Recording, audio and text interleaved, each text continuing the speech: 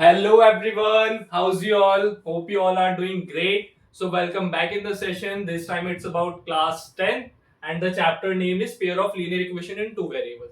अच्छा आप लोग जो है 9th क्लास में पढ़ के आए होंगे pair of linear equation in one variable. अब हम पढ़ेंगे टू वेरिएबल्स के बारे में एंड ये वेरिएबल्स क्या होते हैं, कांस्टेंट क्या होते हैं, लीनियर इक्वेशंस क्या होती है, ये सारी चीजें हम लोगों ने पॉलिनोमियल्स में भी पढ़ ली हैं. ठीक है, तो इसमें तो आप लोगों को दिक्कत नहीं आने वाली. अब बात है कि इस चैप्टर में हम आगे कैसे बढ़ेंगे. देखो मैं पूरा बेसिक से कवर करके अच्छे खासे एनसीईआरटी के क्वेश्चंस करेंगे एंड देन कुछ सेशंस में लाऊंगा जिसमें हम एक्स्ट्रा क्वेश्चंस करेंगे.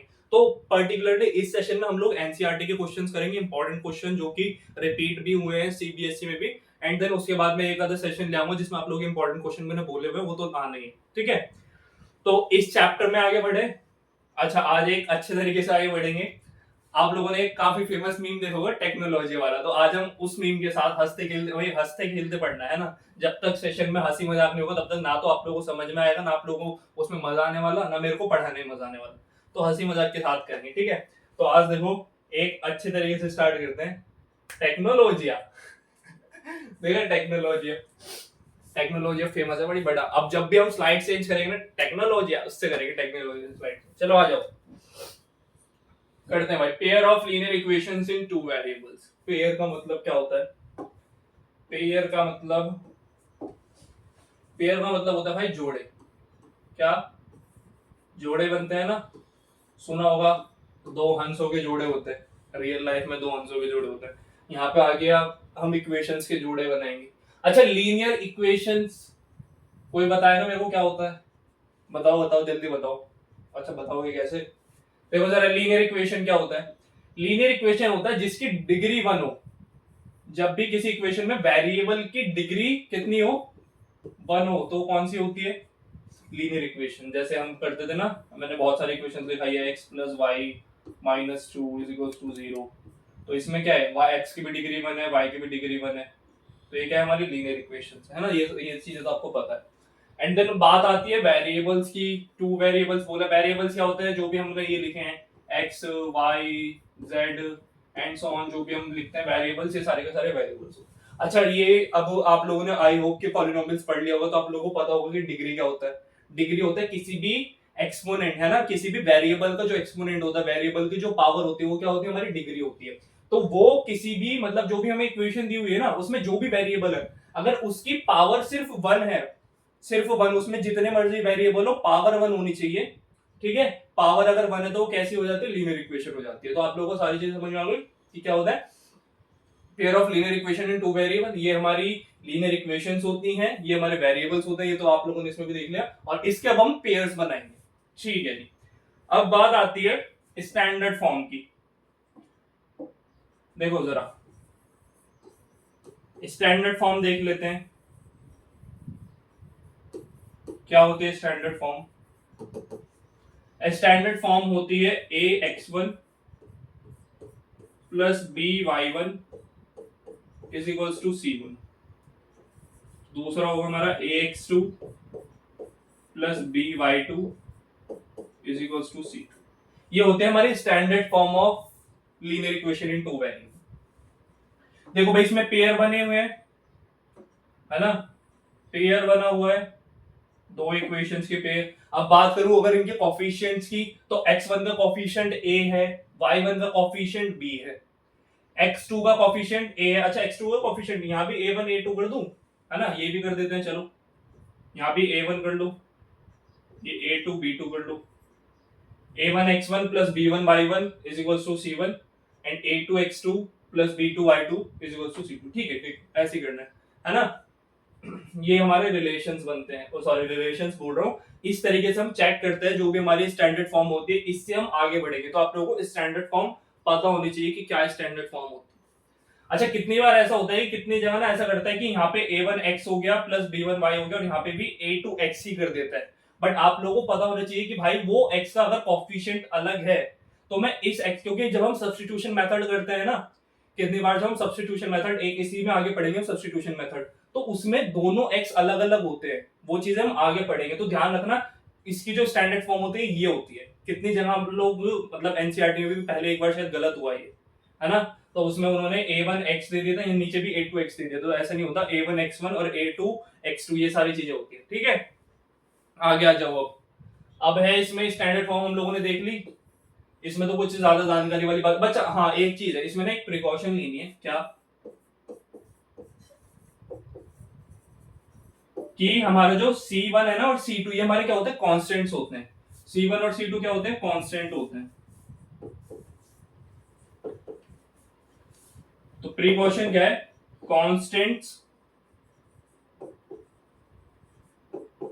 Should be, constant should be on right side. Constant कहां पे होने चाहिए, राइट साइड में होने चाहिए, मतलब इक्वल टू के दूसरी साइड होने चाहिए।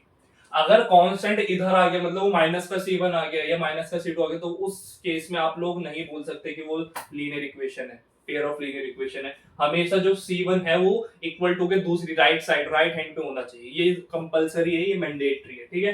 तो ये प्रिकॉशन ध्यान रखना भाई, इंपॉर्टेंट है, ठीक है। तो अब हम लोगों ने स्टैंडर्ड फॉर्म्स देख ली, अब इसमें क्वेश्चंस वगैरह भी देखेंगे, है ना। पेयर ऑफ लीनियर इक्वेशन जानने क्या होता है, सिंपल सब, अच्छा खासा चैप्टर, अच्छी खासी वेटेज रखता है।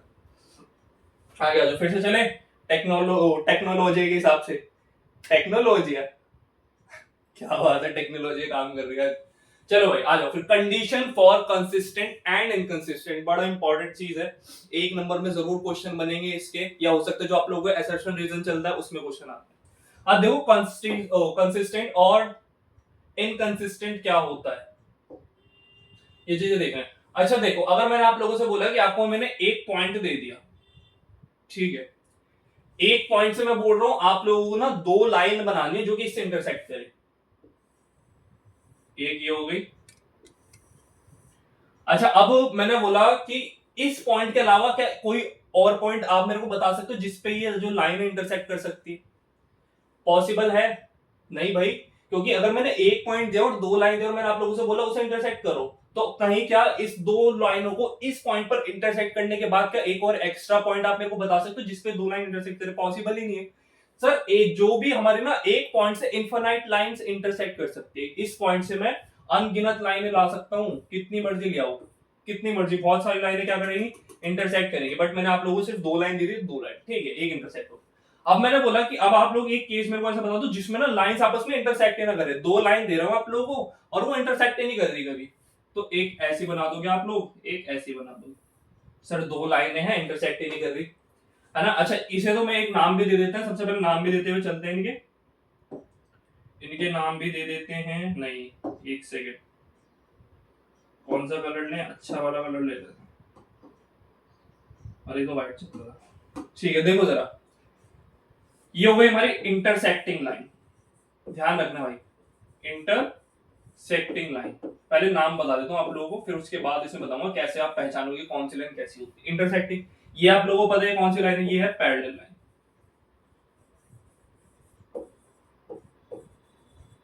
पैरेलल लाइन, ठीक है। अब मैंने बोला कि आप लोगों ने क्या देखा, एक पॉइंट से लाइन, दो लाइन लाई कर रही है ना, फिर उसके बाद दो लाइंस लाई कर रही है बट उनमें कोई भी पॉइंट ऑफ इंटरसेक्शन ही नहीं है, दो की जो कि कैसे चली गई, पैरेलल चली गई, ठीक है जी। अब मैंने बोला एक लाइन ये है ना, या चलो इसे थोड़ा सा स्ट्रेट बना लेते हैं, एक लाइन ये है और इसी के ऊपर एक और लाइन जा रही है जो कि ये एक के ऊपर ही एक लाइन है, क्या बन रहा है, एक सेकंड रुको। अब ठीक है, चलो जैसा भी आप लोगों को पता होना चाहिए कि एक के ऊपर एक लाइन ये जा रही है और उसके जस्ट ऊपर, जैसे मतलब एक ये लाइन है ना, ये दिख रही है भाई, ये मेरे हाथ की ये वाली लाइन देखना, ये लाइन है, इसी के ऊपर मैंने बोल दिया एक ही लाइन दिख रही है, तो आप लोगों को सिर्फ ये वाला पार्ट दिख रहा होगा, मेरा थंब वाला पार्ट जो कि एक लाइन है, मतलब उसे क्या कर दिया उसने, डिसअपियर कर दिया, दूसरे वाले लाइन को क्या कर दिया, डिसअपियर। इस केस को हम बोलते हैं कोइंसिडेंट लाइन, क्या बोलते हैं इसे, हम बोलते हैं कोइंसिडेंट,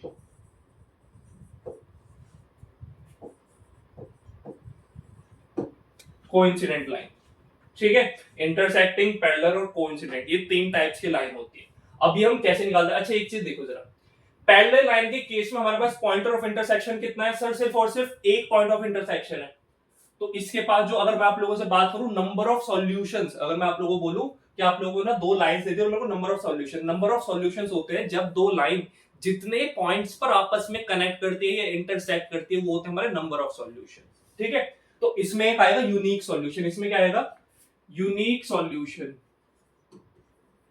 यूनिक सॉल्यूशन क्या होता है भाई? Number of solution. Number of solution वो होता है जब दो लाइन आपस में जितने नंबर ऑफ पॉइंट्स पर इंटरसेक्ट करती हैं वो होता है हमारा नंबर ऑफ सॉल्यूशन।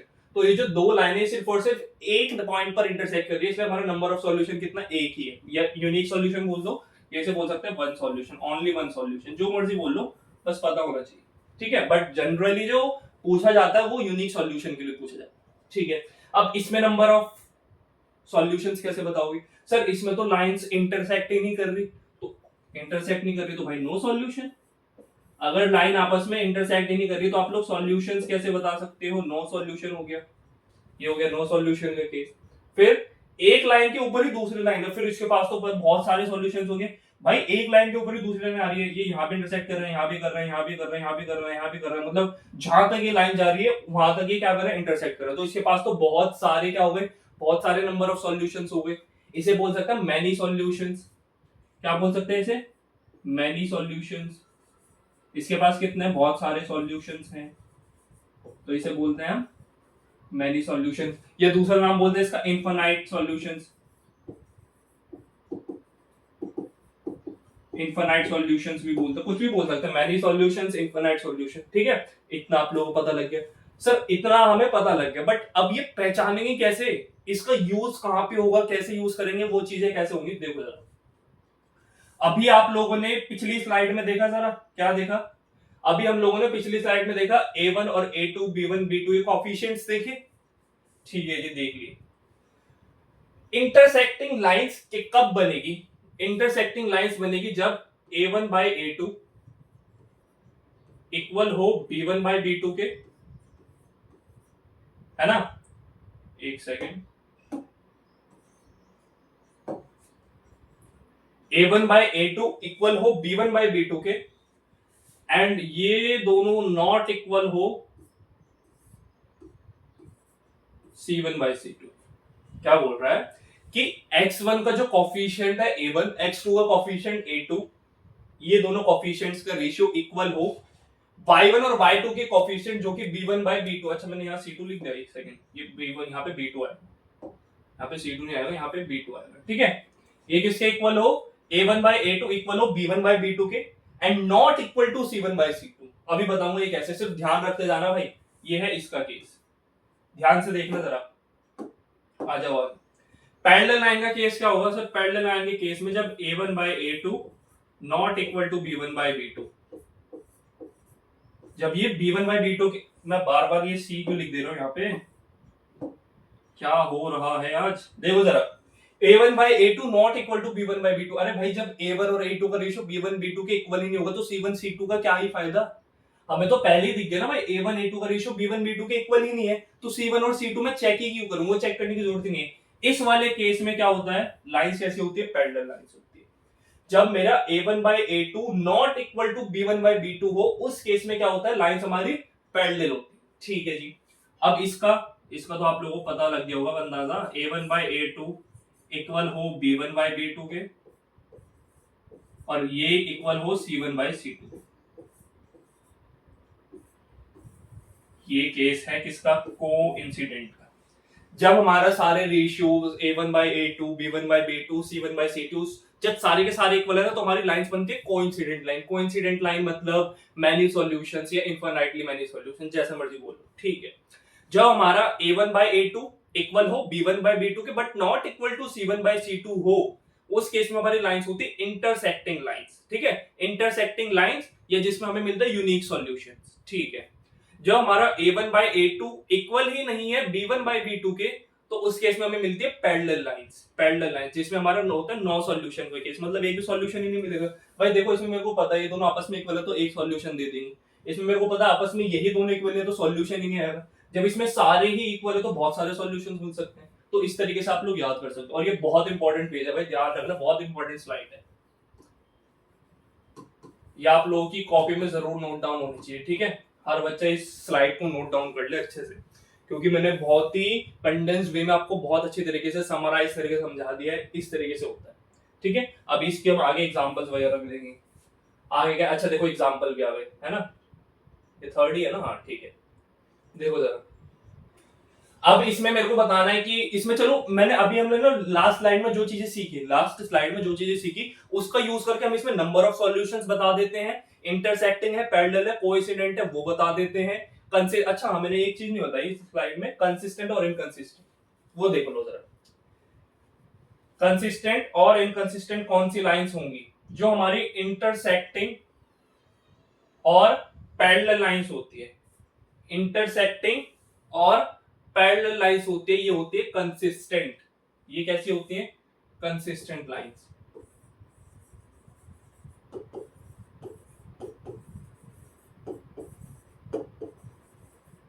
ये कैसी होती है? Consistent lines. और जो हमारा होता है कोइंसिडेंट, ये होती है इनकंसिस्टेंट। ये कैसी होती है? इनकंसिस्टेंट। ठीक है, ये होती है हमारी इनकंसिस्टेंट लाइंस। देखो जरा, देखो जरा, अच्छा एक सेकंड, ये चीज गलत हो गया ना, उल्टा हो गया थोड़ा सा, ये इसे भी हटाओ, है ना, हाँ। अब देखो जरा, इसे चेंज करो, मार्क नहीं, ये तो रेड तो हो गया, ऑरेंज यूज करते हैं। देखो भाई कौन सी कंसिस्टेंट होती है और कौन सी, क्योंकि स्लाइड ही कंसिस्टेंट और इनकंसिस्टेंट, यदि मैंने सारी चीजें बता दी वही चीज रखनी। देखो, जो भी हमारे इंटरसेक्टिंग और कोइंसिडेंट लाइंस होती है ना, ये होती है कंसिस्टेंट। कैसी होती है? कंसिस्टेंट। ठीक है, जो हमें अपनी लाइफ में होना पड़ता है, बट कितने सारे बच्चे होते ही नहीं है, कितने सारे बच्चे होते नहीं भाई। जो कंसिस्टेंट हो गया ना अपनी लाइफ में, वो बहुत आगे तक जाएगा।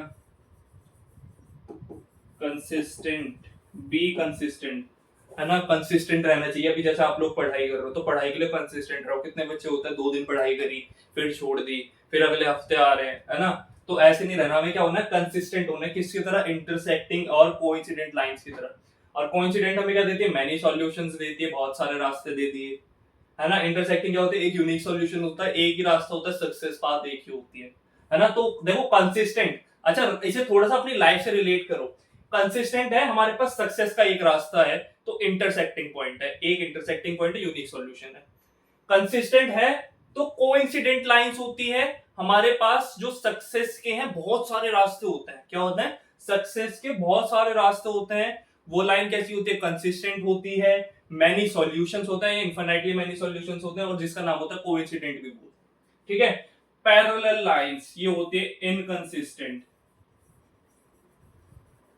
इनकंसिस्टेंट पैरेलल लाइंस कैसी होती है? ये होती है इनकंसिस्टेंट। एक लौती ऐसी लाइन है जो कि इनकंसिस्टेंट होती है। क्यों?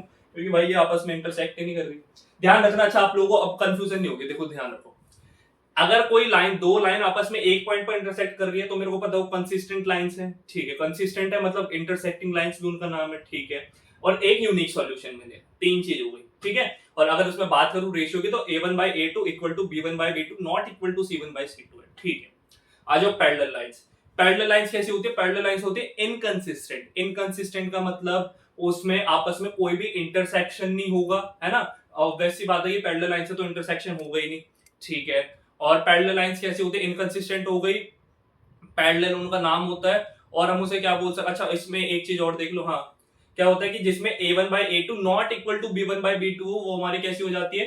पैरेलल लाइंस हो जाती है। और इसमें बात करें सॉल्यूशंस की, तो नो सॉल्यूशन, कोई भी सॉल्यूशन ही नहीं, क्योंकि इंटरसेक्शन नहीं है तो सॉल्यूशन नहीं होगा। फिर आ जाता है, बात करते हैं कोइंसिडेंट लाइंस की। कोइंसिडेंट लाइंस के पास इनफिनिटली मेनी सॉल्यूशंस होते हैं।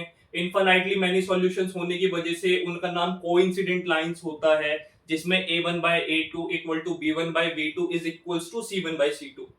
सिंपल, इजी, कंडेंस वे में एक ही स्लाइड में आप लोगों को सब कुछ मिल गया है। ठीक है, अब ये देख लेना भाई, ये चीज आप लोगों को हर एक चीज याद होनी चाहिए। आगे हमारे पास जो भी क्वेश्चन आएंगे हर एक चीज निकाल देंगे। देखो ये क्वेश्चन है, सबसे पहले मैं रेशियो की बात करता हूं। पहले a1 की वैल्यू लिख दो।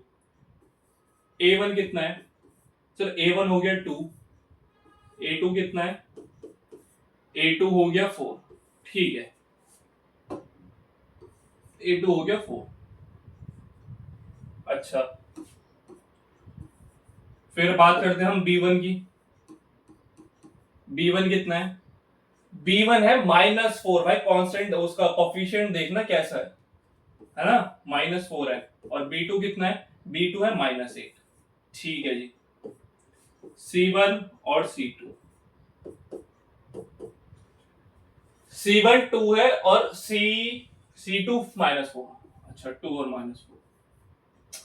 अब आप लोग जब इस तरीके से क्वेश्चन करोगे, यही गलत हो जाएगा। आप लोग अगर टीचर ने इस पॉइंट ऑफ टाइम पर ध्यान दे दे कि बच्चे ने A1 B1 C1 A2 B2 C2 की क्या वैल्यू लिखी है, यही आपको गलत हो जाएगा। क्यों? क्योंकि सर आपने एक प्रिकॉशन बताई थी। प्रिकॉशन क्या थी कि जो भी हमारे कांस्टेंट टर्म्स होते हैं वो राइट हैंड साइड पे होते हैं। इस टाइम पर अभी ये क्या है, ये हमारी स्टैंडर्ड फॉर्म ही नहीं बनी भाई। पेयर ऑफ लीनियर इक्वेशंस की स्टैंडर्ड फॉर्म ही नहीं है ये। तो इसे पहले स्टैंडर्ड फॉर्म में कन्वर्ट करेंगे, जो कि हो जाएगा 2x minus 4y is equals to -2, है ना। फिर 4x minus 8y is equals to +4। ये अब इस टाइम पर हमारी बन गई कैसी, स्टैंडर्ड फॉर्म बन गई। अब इसके अकॉर्डिंग में C1 C2 की वैल्यू चेक करूं तो क्या है भाई, C1 जो है वो मेरा -2 है ना। और C2 क्या है? C2 है +4। ये है हमारा।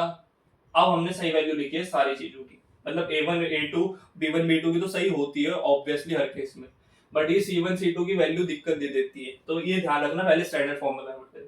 अब तो कुछ भी नहीं, आप रेशियोज लगा लो जस्ट इनके, ठीक है। A1 बाय A2 क्या इक्वल है B1 बाय B2 के, और क्या ये इक्वल है C1 बाय C2 के? चेक करते हैं, है ना। चेक करते हैं पहले क्या हो रहा है।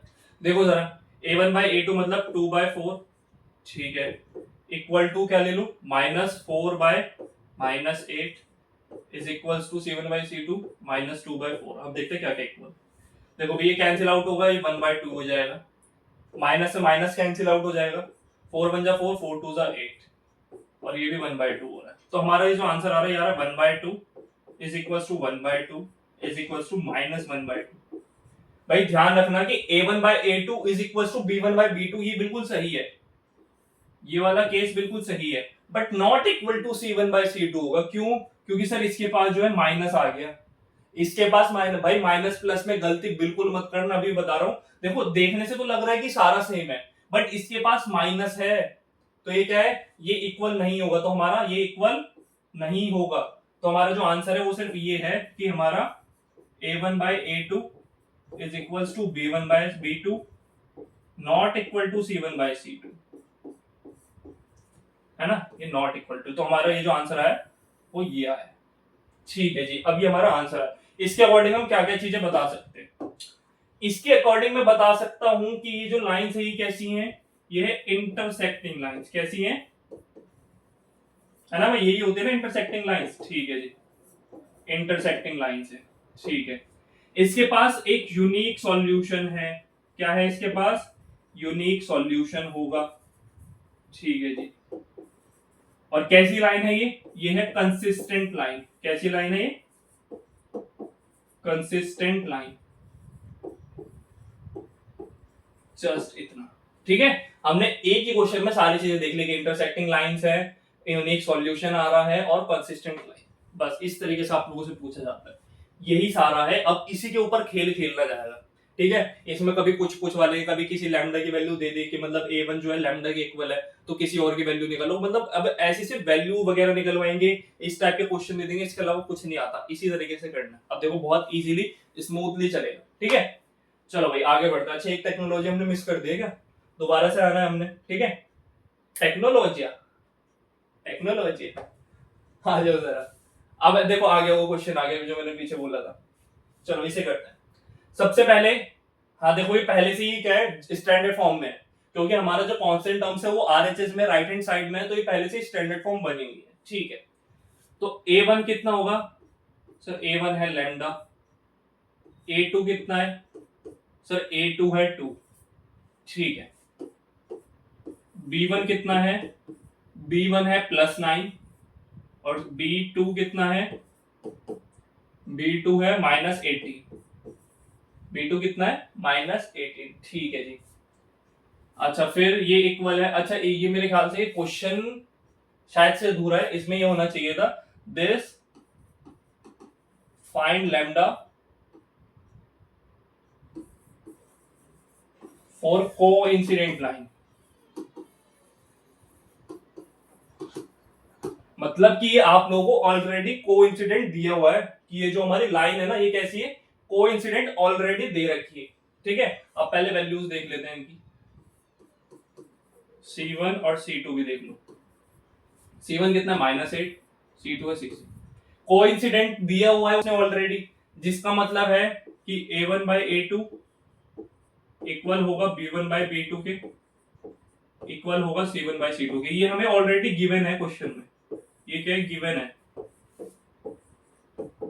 ये हमें ऑलरेडी गिवन है। अब इसके अकॉर्डिंग हम क्वेश्चन करेंगे। ठीक है भाई, अगर ये इक्वल है तो ऑब्वियस सी बात है कि हमारा लैम्डा बाई 2 जो कि A1 बाई A2 है ये इक्वल होगा 9 बाई -18 और ये इक्वल होगा किसके, -8 बाई 16, है ना। ये देखो है वही 1 बाई 2 है ना, -2 हो जाएगा, ये भी 1 बाई 2।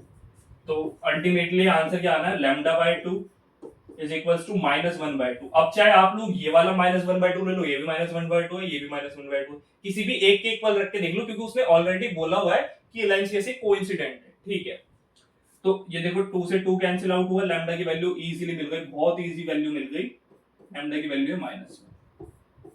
खत्म, बस इस तरीके से करना है। लैम्डा की वैल्यू पूछी थी हमने, निकाल दी। इतना इजी सा है भाई, बहुत हलवा क्वेश्चन है, बिल्कुल इजी से क्वेश्चन आते हैं इसके ऊपर, और ये क्वेश्चन जरूर आने।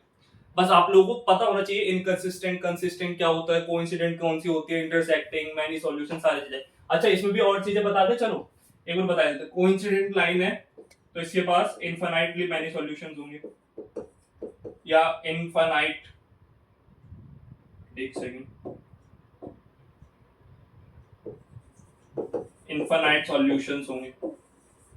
ठीक है, और क्या चीज बता सकते हो आप लोग इसे देख के, इनफाइनाइट सॉल्यूशंस होंगे, अच्छा कोइंसिडेंट बता सकते हो, ये कोइंसिडेंट लाइन है। अच्छा ये तो गिवन है, कोइंसिडेंट तो हमें गिवन दिया हुआ है, तो बाकी सारे बस यही बता सकते हैं, कोइंसिडेंट लाइन है ना।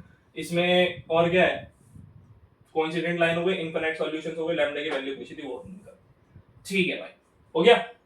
आगे बढ़े, आगे बढ़ते हैं भाई। टेक्नोलॉजी, जल्दी काम करते टेक्नोलॉजी ने, मेरे मेरे चुटकी बजाने से पहले भी टेक्नोलॉजी ने काम कर। ठीक है जी, आगे आ जाओ।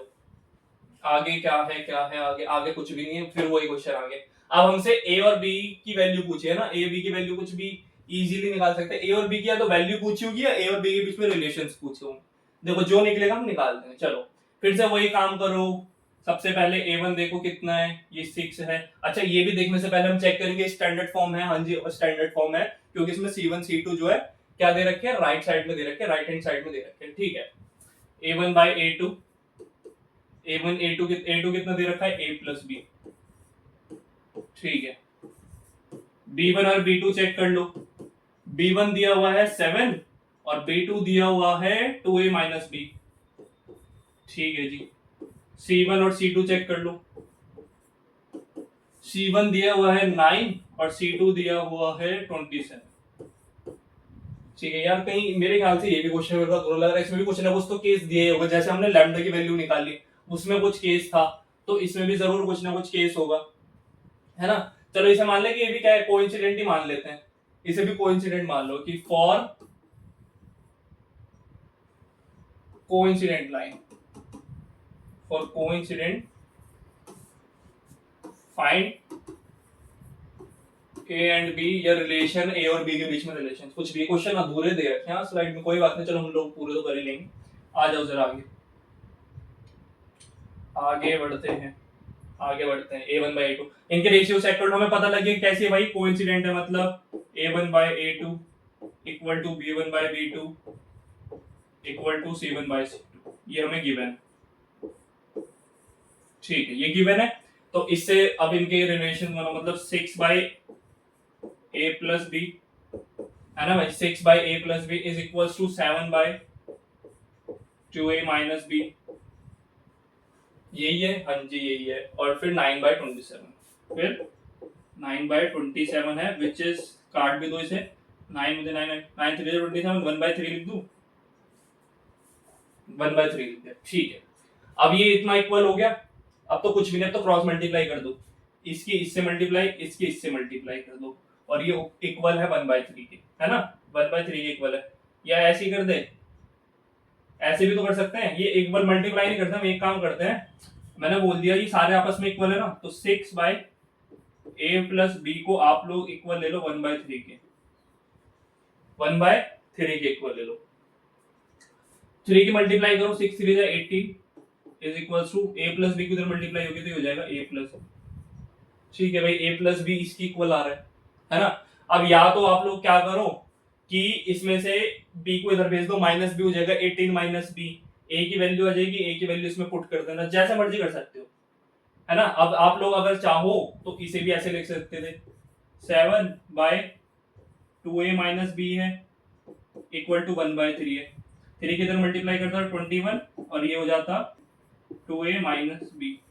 तो इस तरीके से भी आप लोग कर सकते हो, जैसे मर्जी कर लो, है ना। अब एक काम करूं, एक काम करते हैं, देखो हमें दो इक्वेशन आ गई, एक आ गई 2a माइनस b, वो किसके इक्वल है 21।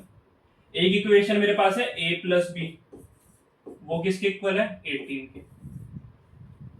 अच्छा देख रहे हो आप लोग कि यहाँ माइनस है यहाँ प्लस है, ये कैंसिल आउट हो रहा है, हाँ जी हो रहा है नॉर्मल। अब जो प्लस माइनस हो रहा है वो करते रहो, 2a प्लस a 3a हो जाएगा, ठीक है, और ये 39 हो जाएगा, यहाँ से कैंसिल आउट किया तो a की वैल्यू कितनी आ गई 13 आ गई, जादू हुआ, ठीक है जी हो गया। a की वैल्यू आ गई, इसमें पुट कर देता हूँ, a की value 13, 18 is equals to a plus b था, a की वैल्यू 13 आ गई तो ये हो जाएगा 18 is equals to 13 plus b, तो b की वैल्यू यहां से हो जाएगी 13 माइनस कर दूं, 18 माइनस 13 कितना हो जाएगा 5, खत्म। a की वैल्यू हो गई, b की वैल्यू हो गई, ये पूछा हुआ था मुझसे, इस तरीके से निकाल दे। अच्छा अभी ये जो हमने क्वेश्चन इस तरीके से किया है ना, आप लोग इसमें बहुत सारी चीजें सीख चुके हो और मैं बताऊंगा आप लोग क्या सीख चुके हो, ध्यान रखना। जिसने ये वाला पार्ट सीख लिया ना उसने बहुत कुछ सीखा। देखो ये वाला क्वेश्चन मैं आप लोगों को और तरीके से भी करा सकता था, इसे कराने का मेरे पास और भी तरीका था, बट जानबूझ के मैंने इस तरीके से कराया और बताऊंगा क्यों, अभी बताऊंगा क्यों, ठीक है। टेक्नोलॉजी करते हैं इससे, फिर से करें टेक्नोलॉजिया, वो नहीं भाई काम ही नहीं हुआ, टेक्नोलॉजिया, टेक्नोलॉजी फेल हो रहा है, टेक्नोलॉजी, अरे एक सेकंड इसमें ना कुछ पानी वगैरह गिर गया था बोर्ड पे, एक सेकंड रुकना, टेक्नोलॉजी फेल हो रहा है भाई, हाँ हो गया हो गया हो गया, काम कर गया, टेक्नोलॉजी ने लेट काम किया है, एक सेकंड रुकना। हमारा बोर्ड खराब गंदा हो गया है, खराब सॉरी खराब बोल रहा हूँ मैं भी, बोर्ड हमारा गंदा हो गया था, ठीक है करें, हाँ चलो आगे आ जाओ। अब बोल रहा है for the value of, find the value of lambda if it has infinitely many solution. अब देखो इस तरीके से भी देता है, मैंने जो पीछे आप लोगों को दो क्वेश्चन दिए थे उसमें मैंने आप लोगों को बोला था कि कोइंसिडेंट लाइन है, अब उसमें बोल दे कि infinitely many solution, infinitely many solutions का मतलब भी वही है, इनफाइनाइटली मेनी सॉल्यूशंस कब होते हैं जब हमारी लाइन कैसी हो कोइंसिडेंट हो, तो वही केस दे रखा है। तो इसमें भी हमें गिवन है भाई, इसमें भी क्या है, इसमें भी हम लोगों को गिवन है यार, ये क्या हो रहा है इसमें, एक सेकंड रुकना भाई जरा, एक सेकंड रुकना। चलो भाई ये क्वेश्चन देखो थोड़ा सा ग्लिच आ गया था तो मैं दोबारा से करना पड़ रहा है, बट कोई नहीं करते, अभी तो स्टार्ट भी नहीं किया था। देखो जरा, find the value of lambda if it has infinitely many solutions, अगर इसके पास इनफाइनाइटली मेनी सॉल्यूशंस है तो लैम्डा की वैल्यू, अच्छा इनफाइनाइटली मेनी सॉल्यूशंस का मतलब, इनफाइनाइटली मेनी सॉल्यूशंस का वही मतलब होगा कि ये लाइन कोइंसिडेंट है, इनफाइनाइटली मेनी सॉल्यूशंस तभी होते हैं जब लाइन कोइंसिडेंट हो, एक के ऊपर एक लाइन हो, है ना।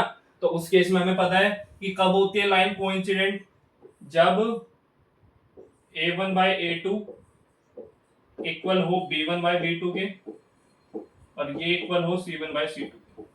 इस केस में लाइन जो होती है वो कैसी होती है, इनफाइनाइटली मेनी सॉल्यूशंस होते हैं और कोइंसिडेंट लाइन होते हैं, ठीक है। फिर से वही करना है, वही काम करना है सेम, क्या है लैम्डा बाय 3, अब डायरेक्ट कर दूं a1 by a2 is equals to b1 by b2 मतलब 7 by -14 और equal to c1 by c2 मतलब -8 by 16 है ना, हाँ तो देखो जरा कितना आ रहा है -2 है ना, 7 to the 14 2 to the 16, तो देखो कितना आ रहा है लैम्डा बाय 3 जो इक्वल आ रहा है -1/2 और ये भी -1/2, मतलब किसी भी एक के इक्वल रख लो, बात तो एक ही आएगी, मतलब बात तो सेम ही है।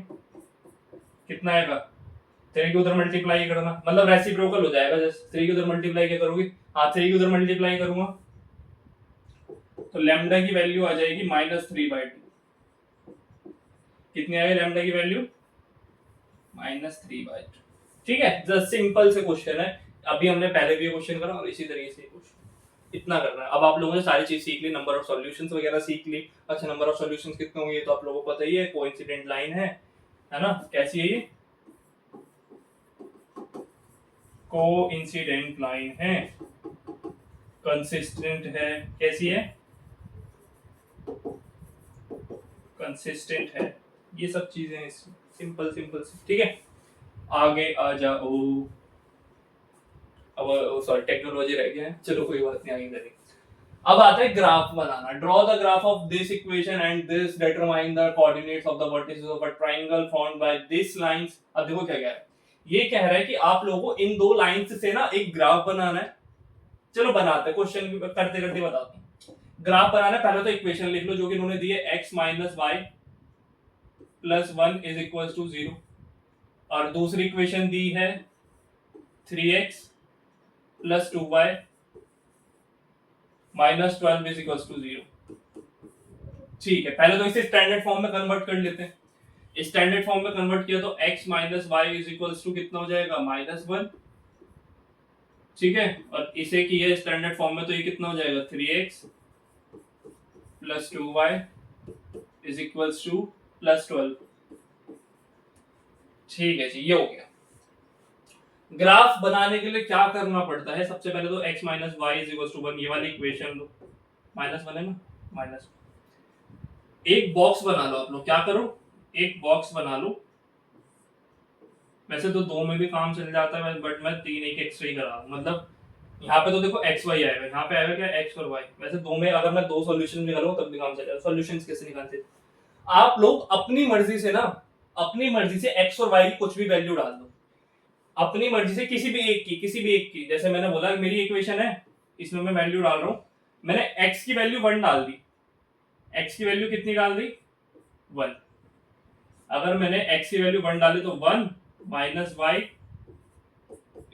माइनस का 1 है, प्लस का 1 उधर जाइए, कैसा हो जाएगा, वो भी माइनस का क्या हो जाएगा, 1 हो जाएगा। तो माइनस का 1 = माइनस का 1 और माइनस का 1, तो माइनस का 2 डायरेक्ट कर दूं, है ना, प्लस का 1 उधर जाएगा, माइनस का 1 और एक ये माइनस का 1, तो माइनस का कितना हो जाएगा, माइनस का 2, माइनस से माइनस कैंसिल आउट, y की वैल्यू कितनी आ गई, 2, y की वैल्यू आ गई 2। ठीक है, इस तरीके। अब मैं क्या कर रहा हूं, अब मैंने बोल दिया x की वैल्यू अब मैं 2 पुट कर दूं, x की वैल्यू अगर मैं 2 पुट कर दूं, 2 - y = -1, 2 उधर जाके माइनस हो जाएगा, तो -y = -3 हो जाएगा, ये कैंसिल आउट हुआ, y की वैल्यू आ गई 3, 2 डालने पे 3 आ गई। ठीक है, अपनी मर्जी से कुछ भी डालते रहो जो आपको इजी लगे, है ना। एक चलो प्लस में चल रहा है तो अभी ऐसे ही चलता है, मैं 0 से भी स्टार्ट कर सकता, x की वैल्यू मैं 0 भी डाल सकता था, अपनी मर्जी से कुछ भी, जो मेरे को क्वेश्चन इजी बनाए। ठीक है, 0 डालता तो y की वैल्यू नेगेटिव आ जाती, मैं नेगेटिव में जाना नहीं चाहता, इस वजह से मैं पॉजिटिव नंबर डालूं।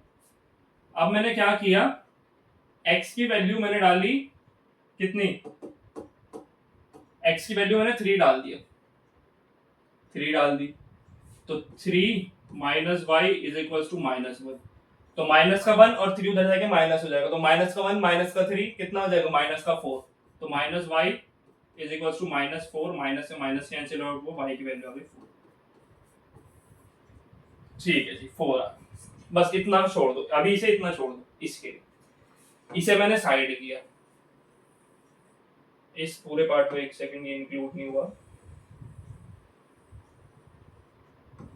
इसे मैंने थोड़ा साइड किया। अब आ जाओ इस वाली इक्वेशन के लिए, जो कि आप लोगों की इक्वेशन है 3x + 2y = 12। ठीक है जी, अब फिर से वही काम करेंगे, बॉक्स बनाएंगे।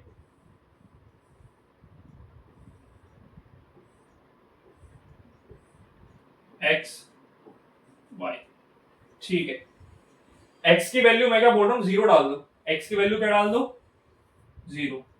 तो ये वाला देखो, ये वाला तो 0 हो गया, 3 इंटू एक्स है तो 3 इंटू 0 0 हो जाएगा, प्लस 2y है इज इक्वल्स टू 12 है। तो 2 इसी साथ मल्टीप्लाई में उधर जाके डिवाइड हो जाएगा, है ना। तो y की वैल्यू आ जाएगी 12/2 विच इज इक्वल्स टू 6। तो y की वैल्यू कितनी आ गई, 6 आ गई। ठीक है, ठीक है। अब मैं बोल रहा हूं क्या करो आप लोग, y की वैल्यू 0 डाल दो, मेरी मर्जी है, मैं x और y किसी की भी वैल्यू डाल सकता हूँ। अब मैंने बोला आप लोगों या चलो x की वैल्यू आप लोगों के लिए सिंपल ही रखते हैं, x की वैल्यू कितनी डाल दो, 3 डाल दो। 3 डालोगे तो नहीं, x की वैल्यू कितनी डालो, 1 1 डाला तो 12 माइनस 3 9 हो जाएगा, नहीं 2 डाल दो। x की वैल्यू कितनी करो, 2। ध्यान रखना है भाई, अपनी अपनी क्वेश्चन इजी करना। अब देखो मैं इसमें 1 वैल्यू डाल देता, कोई दिक्कत नहीं होती। अगर मैं 1 वैल्यू डालता, 12 में से 3 माइनस करता, कितना आता, 9, है ना। 9 2 से डिवाइड करता तो 4.5 आता आंसर मेरा। अब मैं ग्राफ में 4.5 डिनोट करूंगा तो थोड़ा सा मतलब क्या बोलते हैं उसे, कंडेंस्ड नहीं होता, मतलब उसे जो मैं अच्छे से एक्सप्रेस करना चाहता हूँ ना वो नहीं बनता। तो मैं अपना अपने अच्छे के लिए, अपना क्वेश्चन इजी बनाने के लिए मैं उसे अवॉइड करूंगा कि मेरे को ना पॉइंट में आंसर आए, नेगेटिव आए, तो अवॉइड करता है बस, जस्ट और कुछ नहीं। तो मैंने x की वैल्यू अगर 2 डाली तो 3 2 6 हो जाएगा, तो ये हो जाएगा 2y is equals to 12 minus 6। तो 2y इज इक्वल्स टू 6, ये कैंसिल आउट हो तो y की वैल्यू हो गई 3, y की वैल्यू हो गई 3। ठीक है जी। अब कितनी, अगर मैं 3 वैल्यू डाल दूं, 3 3 से 9, 12 में से 9 नहीं, तब भी मजा नहीं आएगा। 4 डाल दूं, हाँ 4 डाल दो। क्या करो, x की वैल्यू आप लोग 4 डाल दो, x की वैल्यू मैंने 4 डाल दी, तो 3 4 से 12 हो गया, plus 2y is equals to 12 है। 2y एज इट इज, ये 12 एज इट इज, ये 12 उधर जाके माइनस का हो जाएगा तो ये 0 हो गया। देखो 12 में से 12 है 0, तो 2y किसके बना है 0, y की वैल्यू आ जाएगी 0/2 विच इज इक्वल्स टू 0। 0 कौन समथिंग 0 ही होता है, तो अब y की वैल्यू कितनी आ गई, y की वैल्यू आ गई 0। ठीक है, आ जाओ। अब हम लोगों ने वैल्यूज निकाल ली हैं, जस्ट ग्राफ पे पुट करना है। वो कैसे करेंगे वो देखो, देखना भाई, अच्छा क्वेश्चन है, एनसीईआरटी का ही क्वेश्चन है ये। अब मेरे को चाहिए ग्राफ, यही बना देते हैं ग्राफ भी, दिख रहा होगा अभी तो।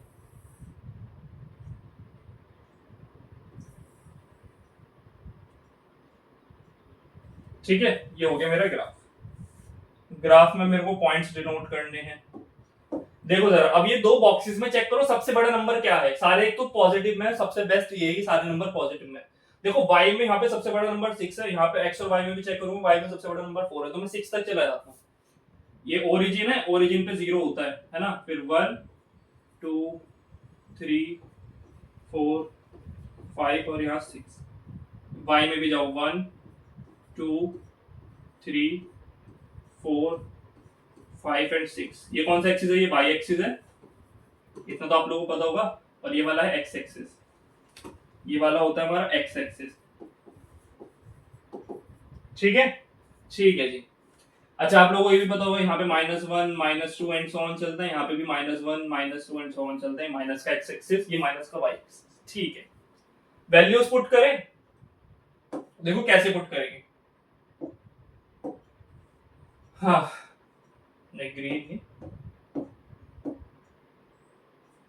देखो भाई x में 1, अगर मैं इसके अकॉर्डिंग देखूं, x में 1 है तो y में कितना है 2, x में 1 है तो y में कितना है 2। इसे नाम दे दो a, नाम दे दो इसे, ये हो गया a, इसे नाम दे दिया b और इसे दे दिया c। b के लिए देखो, अगर x में 2 जा रहा हूं तो y में कितना जाना है 3, x में 2 y में 3, x में 2 y में 3, तो कुछ यहाँ पे। ठीक है, ये हो गया b। फिर x में 3 तो y में 4, x में 3 गया तो y में कितना जाना, यहीं से 4 चलो, ये रहा 4। ठीक है जी, ये हो गया, बना दिए, इसके पॉइंट्स हो गए। अब इसके आ जाओ, x में 0 तो y में 6, ये हो गया हमारा। अच्छा, इसे भी नाम दे दे, इसे डी ई एफ नाम दे दो, ये वाला सी पॉइंट था भाई, ये हमारा डी पॉइंट। ठीक है, x में 2 y में 3, x में 2 y में 3, यही है। तो यही सेम पॉइंट हो गया। तो ये बी भी है और ये कौन सा पॉइंट है, ये ई भी है। बी और ई सेम ही हो गए, सेम ही हो गए, है ना। हाँ देखो इसमें भी 2 दिखे, इसमें भी 2 दिखे, ठीक है ठीक। फिर x में 4, x में 4, y में 0, x में 4 एंड y में 0, y में 0 ये रहा ना 0, है ना। तो x में 4 ये था। अच्छा ये कौन सा पॉइंट है, ये है हमारा f पॉइंट है, ये है हमारा f पॉइंट। अब जस्ट इन्हें ज्वाइन करना, ज्वाइन इंपॉर्टेंट है भाई, ज्वाइन ध्यान रखना। ज्वाइन किससे कर, इससे कर देते चलो, ये ग्रीन अच्छा दिखा। देखो जो आप लोगों के पहले वाले 3 पॉइंट से ना, जो आप लोगों के पहले वाले 3 पॉइंट से इन्हें एक साथ ज्वाइन कर दो। ये बस थोड़ा सा, हाँ ठीक है ठीक है, ये बन गया, ये लाइन हमारी बन गई। जो नेक्स्ट पॉइंट्स आए हैं वो आया कौन सा, D E F, D E F, इन्हें ज्वाइन कर दो। वैसे तो ये मतलब थोड़ा सा गलत बना है ये ग्राफ, ये मैं बोर्ड पे बना रहा हूँ इसलिए इस तरीके का बन रहा है कि मतलब डी कनेक्ट नहीं हो पा रहा। बाकी आप लोग जब उससे करोगे ना, क्या नाम है, आप लोग जब खुद से पेन उससे करोगे, ग्राफ पेपर पे करोगे ना, तब वो बिल्कुल सही बनेगा, वो एग्जैक्टली सही बनेगा। ये कुछ इस तरीके से हो जा हो जा हो जा, हो नहीं रहा भाई इस पे, ठीक है। ये चलो मैं खुद से बना दूंगी, खुद से बना देता हूँ, ये कुछ इस तरीके से ऊपर। अब एक सेकेंड, यहाँ से ये बड़ी बुरी लाइन बनी है वैसे तो, मजा नहीं आ रहा है। ये हो गया एंड यहाँ से इस तरीके से ऐसे करोगे। अब बनाना पड़ेगा भाई, बोर्ड पे थोड़ा सा ऐसा बन रहा है बट जब भी आप लोग ग्राफ बनाओगे बहुत अच्छा बनेगा। अब देखो बन गया, ये इस तरीके से करना है, ग्राफ का सारा काम हो गया, जो जो उसने बोला था हम लोगों ने सब कुछ कर लिया। इस तरीके से आप लोगों को ग्राफ बनाना है। अब आगे क्या करना है, उसने बोला था determine the coordinates of the points of the vertices of a triangle formed by these lines at the axis, x axis, x axis पे, ठीक है, and shape the triangular region these lines and the x axis. अच्छा ये भी important है भाई, एक second रुक जाओ। हाँ देखो क्या कह रहा है, हमें ना कोऑर्डिनेट्स बताना है, कौन से सर, कौन से कोऑर्डिनेट, वो कोऑर्डिनेट जब हमने ग्राफ बनाया ना, तो जो लाइन हमारे, देखो ये ना एक्स एक्सिस ये रही, इस एक्सिस पे एक पॉइंट ये रहा, एक पॉइंट ये रहा, एक पॉइंट ये रहा और एक पॉइंट ये, है ना, एक्स एक्सिस पे आ रहा है मतलब ये। तो इससे देखो एक ट्राइंगल बन गया जो कि ये वाला ट्राइंगल है। इस ट्राइंगल के सिर्फ हमें वर्टिसेस बताने हैं। तो एक वर्टिस हो गया हमारा बी या ई जो भी बोल दो, जो कि है 3,2, कौन सा है 3,2। एक वर्टिसेस ये हो गया, एक वर्टिसेस ये हो गया जो कि है 4,0, है ना, एफ में है क्या है 4,0। और अभी क्योंकि मैं बोल रहा हूँ कि ग्राफ पेपर पे नहीं बनाया, तो ये मोस्ट प्रोबेबली ये जो है ना, ये कहां से जाना चाहिए था, ये 0 से जा रहा होगा, ये है कहीं ना कहीं ये 0.0 से जा रहा होगा, ये मतलब इस तरफ से जा रहा होगा। ये ग्राफ अभी सही नहीं बना है क्योंकि ग्राफ पेपर पे नहीं है। जब भी आप लोग करोगे ग्राफ पेपर पे तो वो पॉइंट बिल्कुल सही आ जाएगा, तो आप इसकी कोऑर्डिनेट्स बिल्कुल इजीली लिख सकते हो, ठीक है। अगर ये -1 से जा रहा होता तो आप लोग लिखते -1,0, और मेरे ख्याल से 0 से जाना चाहिए, तो ये यहाँ पे इसके जो कोऑर्डिनेट्स आ जाएंगे वो आ जाएंगे 0,0। ये जो भी होंगे आप लोग देख लेना, ठीक है। तो इस तरीके से बोर्ड पे बना रहा हूँ तो थोड़ा सा इसमें ग्लिच आ रहा है, बट आप लोग जब ग्राफ पेपर करोगे बिल्कुल एक्यूरेट आंसर आए, ठीक है। इस तरीके से हम लोगों ने करना। तो उसने जो कोऑर्डिनेट्स बोले थे वो हो गए 3,2, है ना, और 4,0, और मेरे अकॉर्डिंग ये आया 0,0। आप लोगों के अकॉर्डिंग हो सकता है कुछ और आ जाए, जब भी आप लोग ग्राफ पेपर पे करोगे तो सही है, ठीक है। इस तरीके से करना है, इस तरीके से आप लोगों ने ग्राफ बनाना। अच्छा क्वेश्चन है भाई, ग्राफ बनाने का क्वेश्चन जरूर आता है और एग्जाम में आप लोगों को ग्राफ मिलता है। आप लोगों को क्या होता है एग्जाम में ग्राफ मिलता भी है, ठीक है। आ जाओ जरा, अब आती है how to find the solutions of equation. जो हम लोगों ने सॉल्यूशन देखे ना, कि नंबर ऑफ सॉल्यूशन में हम लोगों ने देखा यूनिक सॉल्यूशन, है ना, इनफिनिटली मेनी सॉल्यूशन।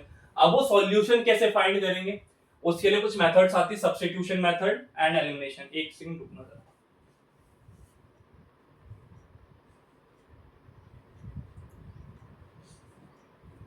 देखो जरा, अब आती है हमारी सब्स्टिट्यूशन मेथड। सब्स्टिट्यूशन मेथड ये क्या होती है? अच्छा, आप लोग क्रिकेट देखते होगे, है ना? उसमें भी एक सब्स्टिट्यूशन अभी चला हुआ है, सब्स्टिट्यूट आता है अभी, मतलब न्यू रूल आए क्रिकेट में, आईपीएल में आए वैसे तो।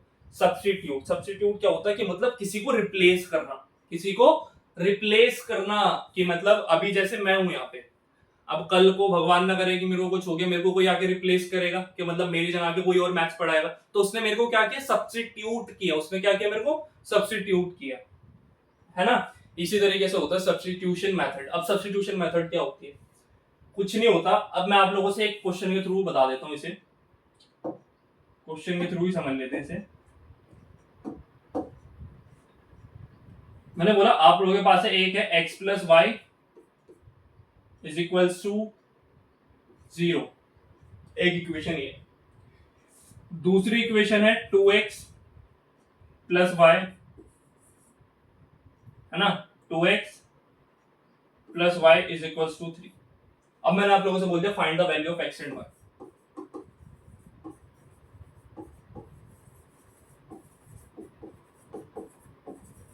x और y की वैल्यू फाइंड कर दो बाय यूजिंग सब्स्टिट्यूशन मेथड। अब वो कैसे करूंगा?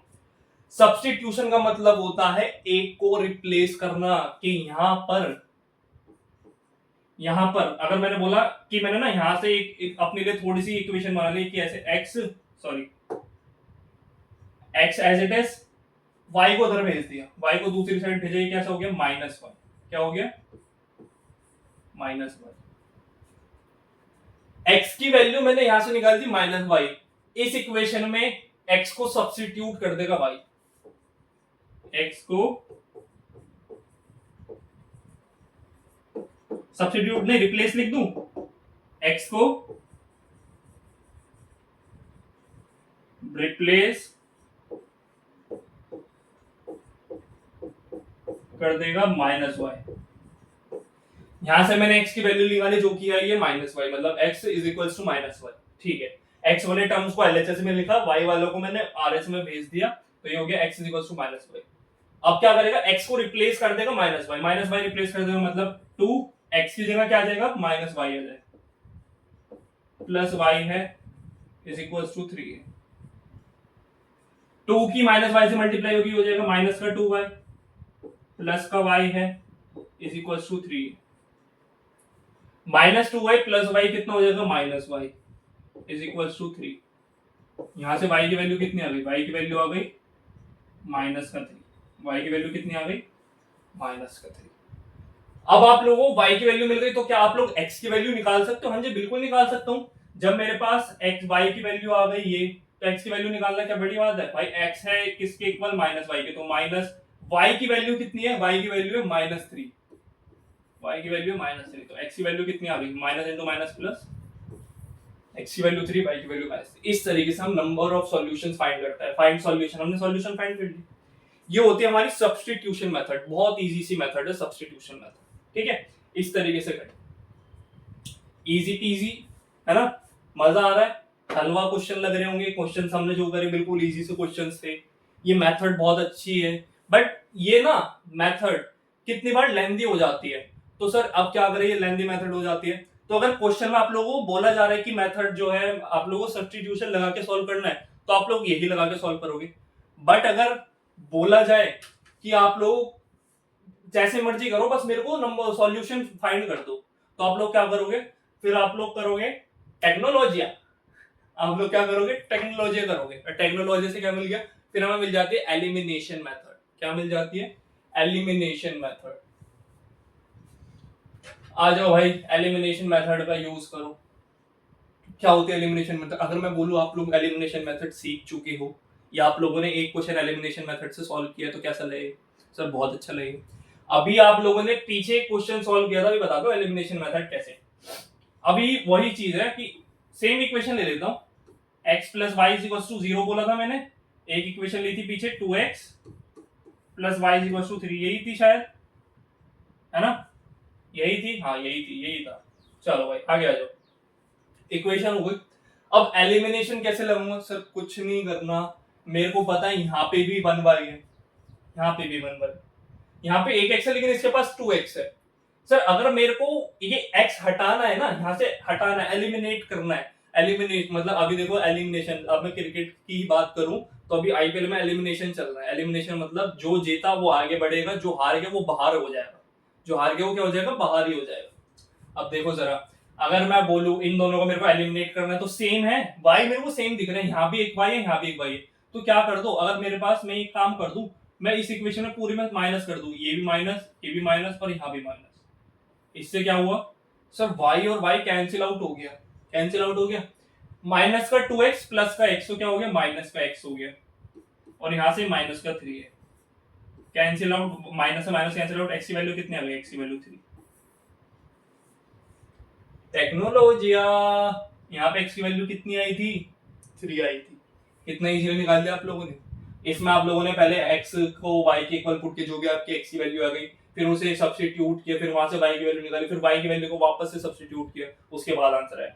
एलिमिनेशन में कुछ ऐसा करना पड़ा नहीं सर, सिंपल हमने इक्वेशन सॉल्व करी, आंसर आ गया। अब x की वैल्यू आ गई, इसमें पुट कर दो, x plus y is equal to 0 है ना, x की वैल्यू कितनी आ गई, 3 plus y is equal to 0, y is equal to -3, खत्म। यही पीछे वैल्यू आई थी जब हमने सब्स्टिट्यूशन से वैल्यू निकाली थी, तब भी यही आई, खत्म हो गया। बस यही करना पड़ता है, इजी सा है, बहुत इजी है, कुछ नहीं करना है और एक्स्ट्रा। ये हो गई हमारी एलिमिनेशन मेथड, इतना सा दिमाग लगाना है बस आपको, ठीक है। इसके क्वेश्चन देख लेते हैं फिर, क्या क्वेश्चन है इसके। 3x minus y is equal to 3, 9x minus 3y is equal to 9।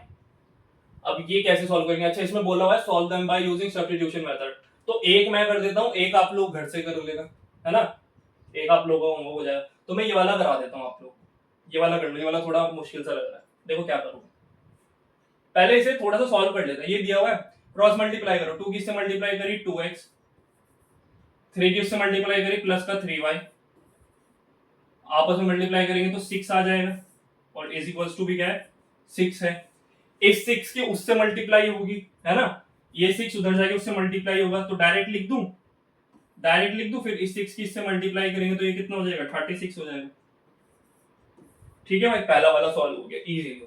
दूसरे वाला देखो, इस 3 की इधर मल्टीप्लाई करो 9x, 2 की इधर मल्टीप्लाई करो माइनस का 10y, 3 2 जा 6, 6 की फिर उधर मल्टीप्लाई होगी तो माइनस का 12 हो जाएगा, 6 2 जा 12 और 2 माइनस का, ठीक है। ये कर इजीली मैंने थोड़ा सा आप लोगों के लिए एक्सप्रेस कर दिए। अब तो इसी की तरह बन गया, अब तो सेम सेम सही बन गया कुछ, है ना, मतलब इस तरीके की फॉर्म में आ गया। अब आप लोग किसी भी एक इक्वेशन को उठाओ और उसमें से x या y की वैल्यू जो भी आपका मन करे वहां से सब्स्टिट्यूट करने, मतलब x या y की वैल्यू निकालो और दूसरे में सब्स्टिट्यूट कर दो। कैसे, मैं इसी में से कर लूं, मैंने क्या किया यहाँ पे देखो क्या कर रहा हूं, मैंने बोला 2x is equal to 36 minus 3y, x को बिल्कुल अकेला छोड़ना है भाई, तो x हो गया हमारा कितना, 36 माइनस 3y बाई 2, x की वैल्यू क्या आ गई, 36 माइनस 3y बाई 2। अब x की वैल्यू इसमें पुट करोगे, आप लोग क्या करोगे, इसमें पुट करोगे, कैसे, 9x है, x की जगह पुट कर दो 36 minus 3y by 2 minus 10y is equal to -2, कर दिया, ठीक है जी। अब क्या होगा, 9 के अंदर मल्टीप्लाई कर दो, 9 के अंदर मल्टीप्लाई करो, 9 6 जा 48, है ना, एक सेकंड गलत तो नहीं बोल रहा, अबे यार मैं भी गलती कर रहा हूँ,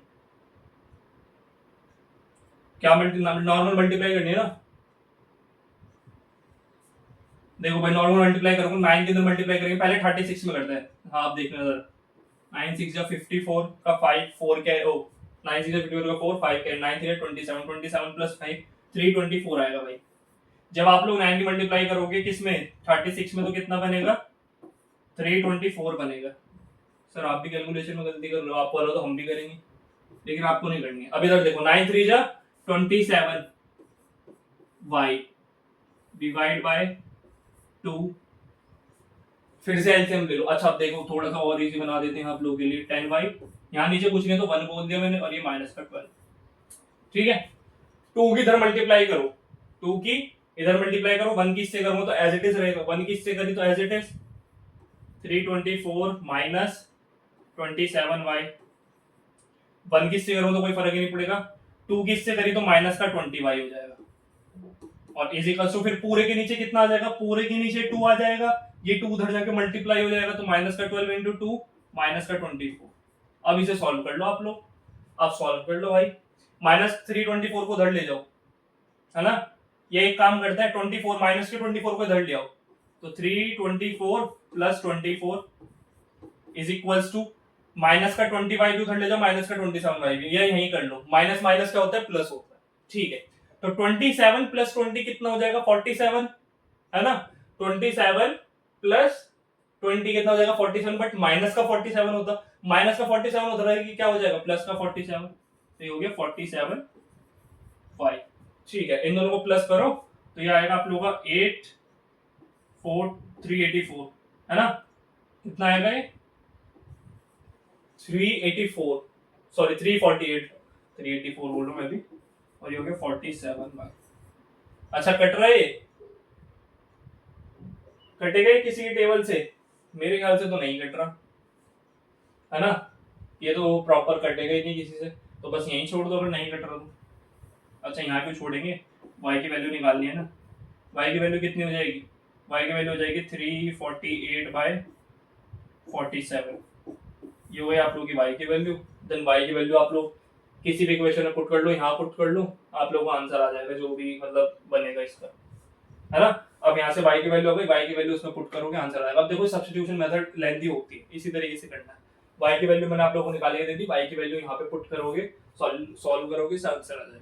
अब सॉल्यूशन क्योंकि कैलकुलेशन तो आप लोगों के ऊपर है किस तरीके से कैलकुलेशन करोगे, तो इस तरीके से करना, ठीक है, बाकी हमारा सब सही हुआ है, ऊपर ही मल्टीप्लाई 9 के ऊपर ही मल्टीप्लाई करते नीचे, ठीक है, ठीक, आ जाओ भाई जरा आगे, ये हमारा सब्स्टिट्यूशन मेथड से था। अब ये करना है एलिमिनेशन, एलिमिनेशन तो फिर भी इजी होती है ना, यही वाला करा देता हूँ, एक होमवर्क हो जाएगा आप लोगों के लिए, या वो कौन सा कराऊं भाई, यही करा देता हूँ, चलो ये तो आप लोग थोड़ा सा बस, अच्छा ये ना उसमें स्टैंडर्ड फॉर्म में नहीं, स्टैंडर्ड फॉर्म में कन्वर्ट कर लेना, वो आप लोगों को आता है, 2y को उधर भेज देना और यहाँ से 4 को RHS में भेज देना, स्टैंडर्ड फॉर्म बन जाएगी, ये देख लो उधर कितना है, इसमें फिर से वही क्रॉस मल्टीप्लाई, 2 किधर मल्टीप्लाई होगी 3 किधर, 3 किधर होगी 3x, 2 की उधर करेंगे प्लस का 4y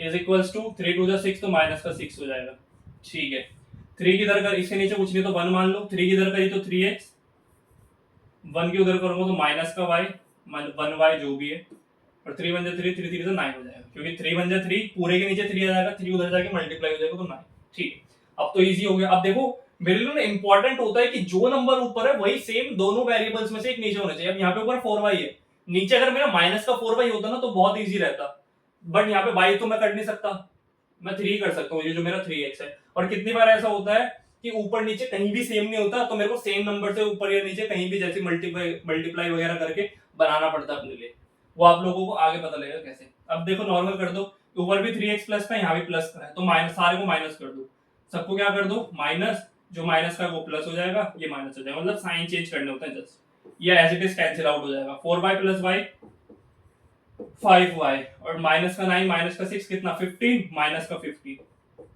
काटा, y की वैल्यू देखो बहुत इजीली निकल गई माइनस का 3, ये होता था एलिमिनेशन मेथड, बहुत इजीली वैल्यूज निकल जाती है। y आ गया, अब x निकाल दो, y किसी भी इक्वेशन में पुट करके y इसमें डाल दो, 3x माइनस y है ना, और y की वैल्यू माइनस का 3 है, तो एक ये माइनस माइनस माइनस प्लस हो जाएगा, 3 हो जाएगा, इज इक्वल टू क्या है, इक्वल टू 9 है, तो 3x is equal to minus 3 उधर जाके माइनस हो जाएगा, तो ये 6, x की वैल्यू आ गई 2, सॉरी हाँ 2 आ गई ना, खत्म। इस तरीके से एलिमिनेशन मेथड करनी है, ये आप लोगों का होमवर्क हो जाएगा।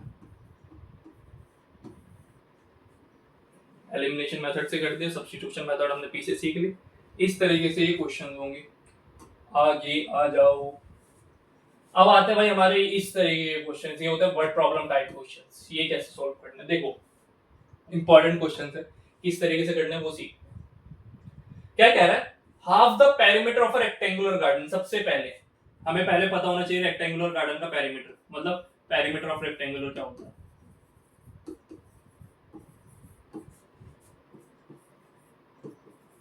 रेक्टेंगल का पेरीमीटर होता है 2 इंटू एल प्लस बी,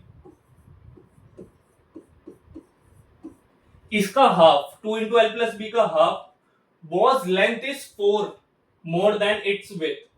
ऐसे क्वेश्चंस में क्या करना है, दो चीजें देखो मेरे को पता है इन्होंने क्या बोला, लेंथ की बात करी है और विड्थ की बात करी है। क्या करूंगा मैं, लेट करूंगा, let the length, let the length be X and वही same let the length, sorry let the length क्यों करूंगा, लेंथ तो कर लेना, let the width be Y. मेरी जो लेंथ है उसे मैं एक्स से डिनोट करूंगा और विड्थ जो है उसे वाई से डिनोट करूंगा, ठीक है। उसने क्या बोला, जिसकी लेंथ जो है, जिसकी लेंथ जो है वो is 4 more than it's width, उसकी विड्थ से 4 ज्यादा है, बस ये ध्यान रखना है। इस 36 मतलब उसका जो रेक्टेंगुलर हाफ पेरीमीटर दिया हुआ है ना, ये 36 दिया। बस अब जिस भी बच्चे ने ये ध्यान से देख लिया, ध्यान से सीख लिया, उसके लिए इजी वो कर सकता है। देखो भाई दोबारा से समझना, उसने बोला half the perimeter of a rectangular garden, मैंने डायरेक्टली लिख दिया। अच्छा इसमें हाफ बोला ना उसने, तो हाफ भी यही कर देता हूं, half the perimeter of a rectangular garden जिसकी लेंथ 4, क्या है, लेंथ जो है विड्थ से 4 ज्यादा है, लेंथ जो है विड्थ से 4 ज्यादा है, length is equals to width plus 4, length जो है विड्थ से 4 ज्यादा है, उसका जो पेरीमीटर है वो 36 है, मतलब half the perimeter of rectangular garden जिसका जो भी कुछ है वो कितना है, 36 दिया हुआ है। तो मतलब इसका अल्टीमेटली वो क्या कह रहा है, उसका जो हाफ ऑफ द पेरीमीटर है ना वो 36 दिया हुआ है, इसमें कोई दिक्कत नहीं है। फिर उसने यह बोला कि जिसकी जो लेंथ है ना, उसकी जो लेंथ है, उसकी जो लेंथ है उसकी विड्थ से 4 ज्यादा है, 4 सेंटीमीटर ज्यादा है, जो भी है मीटर सेंटीमीटर जो भी बात की बात। अब जस्ट इसे सॉल्व करना, आप लोगों के पास इक्वेशन आ गई। इसे इससे पहले यहां से, अच्छा ये भी x प्लस बी है क्योंकि लेंथ को मैं किससे डिनोट कर रहा हूँ, x से, और ब्रेड्थ को किससे डिनोट कर रहा हूँ, y से। तो यहां से थोड़ा सॉल्व करो, 2 से 2 कैंसिल आउट हुआ, तो यहाँ पे मेरे को पता है कि x प्लस वाई किसके इक्वल है, 36 के। एक इक्वेशन ये हो गई। इसे थोड़ा सा मैंने सॉल्व किया तो x minus y is equal to 4 हो जाएगा, ये एक इक्वेशन ये हो गई, एक इक्वेशन ये हो गई। अब मैं बोल रहा हूँ कोई दिक्कत है इसमें सॉल्व करने, कुछ भी नहीं। सब्स्टिट्यूशन से भी कर सकते हो, एलिमिनेशन से भी कर सकते हो, एलिमिनेशन ज्यादा इजी रहेगी तो एलिमिनेशन से कर लो, है ना। एलिमिनेशन से कर लेते हैं, क्या है, x minus y is equal to 4 है, x plus y is equal to 36 है, x plus y is equal to 36 है। इसमें तो कोई माइनस प्लस भी चेंज नहीं करना क्योंकि ऊपर माइनस का है नीचे प्लस का है, तो as it is cancel out हो जाएगा, x प्लस एक्स 2x हो जाएगा और ये 40 हो जाएगा, प्लस करोगे तो कैंसिल आउट किया तो x की वैल्यू आ जाएगी 20, x की वैल्यू 20। अगर अच्छा लेंथ है, उसने मेरे से बोला था जो उसकी लेंथ है ना उसकी विड्थ से 4 ज्यादा है, उसकी विड्थ से 4 ज्यादा है। विड्थ देख ले, कहीं से भी निकाल लो, आप लोगों की मर्जी है ना, कहीं से भी नहीं, यहां से निकाल लूं। लेंथ आई है मेरी कितनी, 20, है ना, हाँ।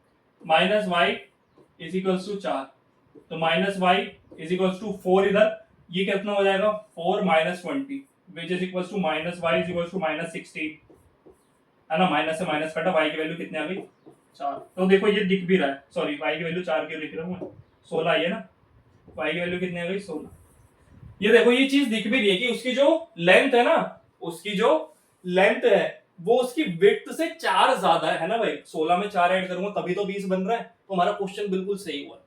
उसकी जो विड्थ है उसकी लेंथ से 4 ज्यादा है, सॉरी उसकी जो लेंथ है उसकी विड्थ से 4 ज्यादा है, उसकी जो लेंथ है विड्थ से 4 ज्यादा है, तो मतलब 16 प्लस 4 20, इस तरीके से हो गया। इस तरीके से क्वेश्चन सॉल्व करना, अच्छा क्वेश्चन है, आया भी हुआ है पहले एग्जाम में, तो टेक्नोलॉजी रह गया, चलो कोई बात नहीं। आ जाओ भाई ये वाला क्वेश्चन देखो, क्या कह रहा है इस क्वेश्चन में, the taxi charges in a city consist of a fixed charge together with the charge for distance covered. ऐसा क्वेश्चन जब भी देखोगे ना जहां पे आप लोगों को फिक्स्ड चार्ज दिख जाए, सबसे पहले कुछ नहीं करना, सबसे पहले लेट कर लो, वही let the fixed charge, let the fixed charge be x, fixed charge को एक्स लेट कर लो, ठीक है। सबसे पहला काम कर देना भाई जब भी ऐसा क्वेश्चन आए, ठीक है। For a distance of 10 kilometre the charge paid is 105, ठीक है। अब मैं बोल देता हूं, लेट द चार्ज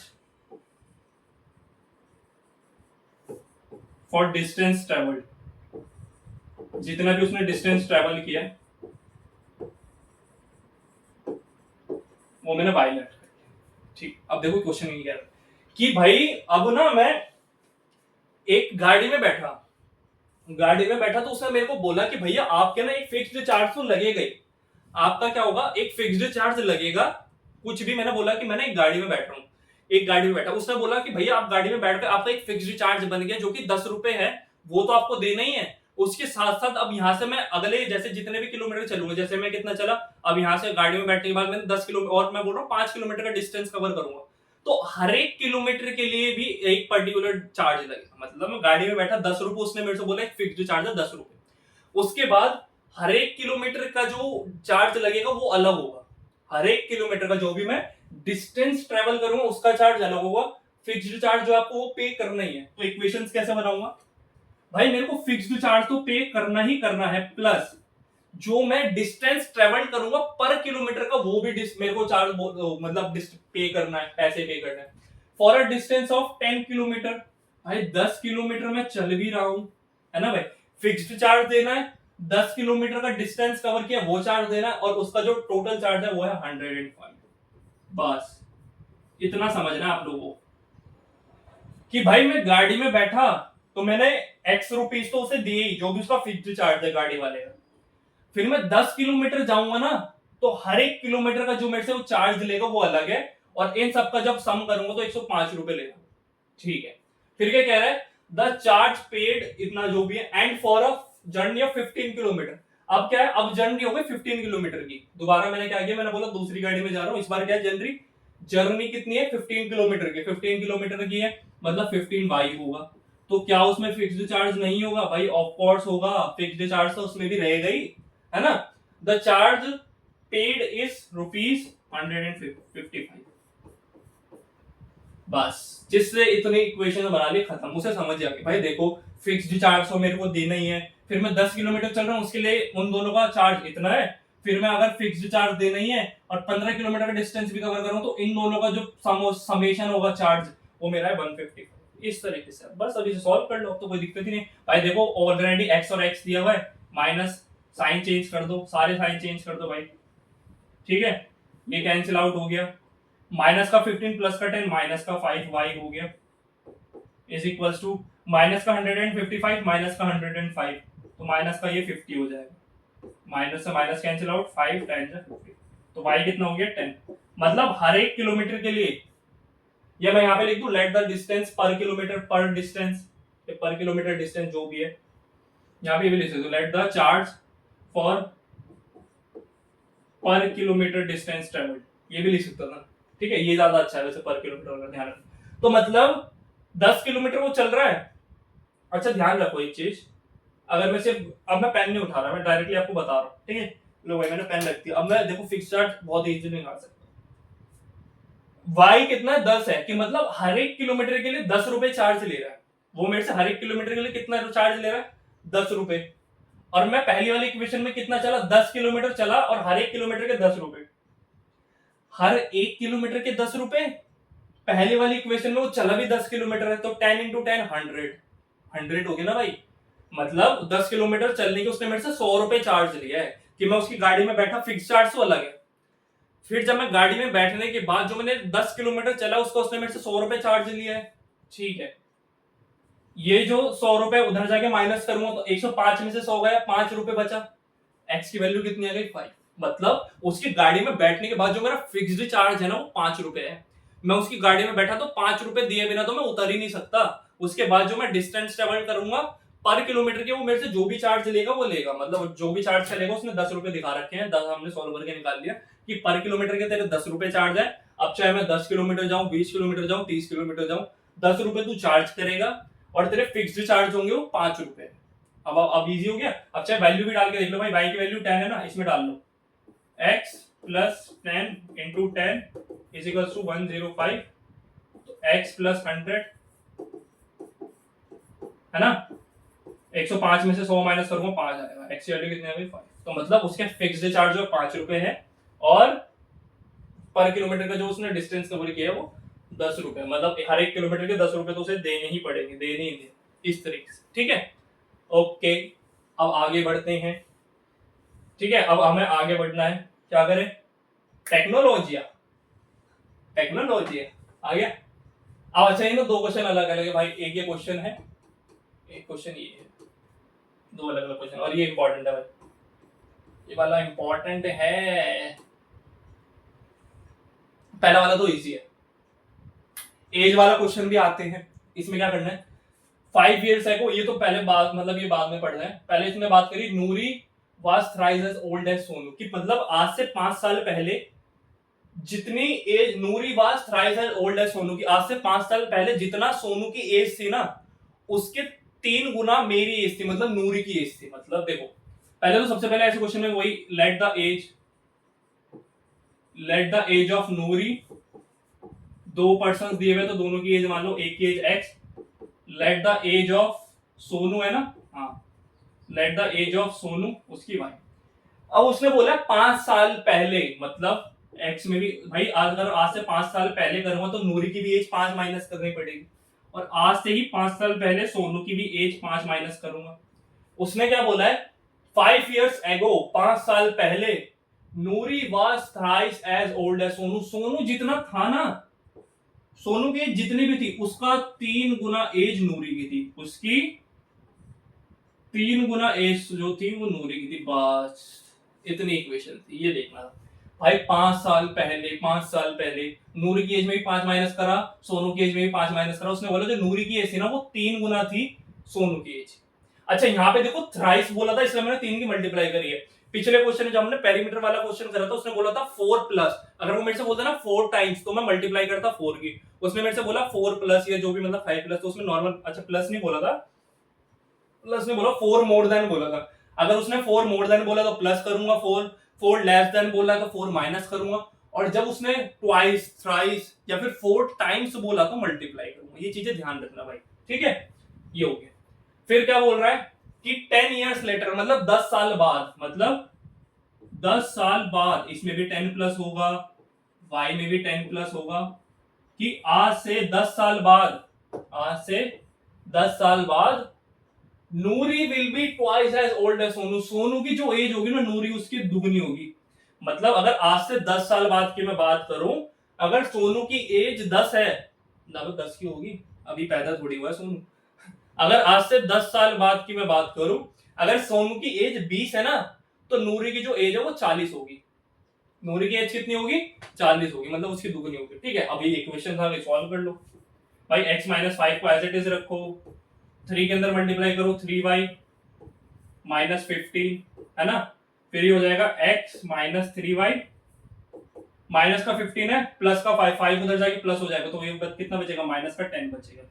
इसे सॉल्व कर लो, यहां से आएगा x प्लस 10 को एज इट इज रखो, 2 के अंदर मल्टीप्लाई करी 2y प्लस 20, तो यहाँ पे हो जाएगा x माइनस 2y, 20 है, प्लस का 10 उधर जाके क्या हो जाएगा, माइनस का 10, तो 20 माइनस 10 10 ही बचेगा। तो दो इक्वेशन आ गई, इन दोनों को सॉल्व कर लो, इन दोनों को सॉल्व कर लो। x minus 3y is equals to minus का 10 है, और x minus 2y is equals to 10 है, 10 है ना, सही है ना, हाँ ठीक है। अब देखो जरा भाई, यहाँ भी x है, यहाँ भी x है, दोनों प्लस के, तो मेरे को क्या करना है, सिर्फ साइन चेंज करना है। ये माइनस हो जाएगा, ये प्लस हो जाएगा, ये माइनस हो जाएगा, साइन सबकी चेंज होते हैं, ये कैंसिल आउट हुआ।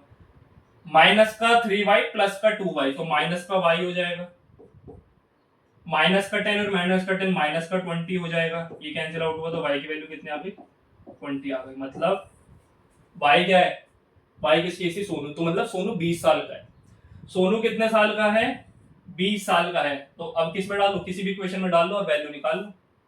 इस इक्वेशन में डाल लूं, y की वैल्यू 20 आई है, तो x minus 3y is equal to minus का 10 है, x minus 3 into 20, 3 two 6, minus का 60 हो जाएगा, इज इक्वल टू माइनस का 10 है।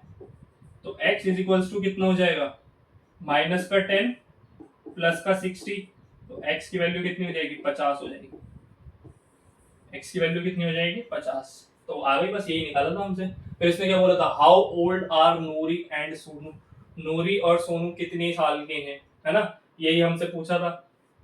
हो गया, निकाल लिया भाई, ठीक है, बस यही था। x की एज कितनी आ गई, ये हो गया 50 साल, और y की एज हो गई 20 साल। बस यही था।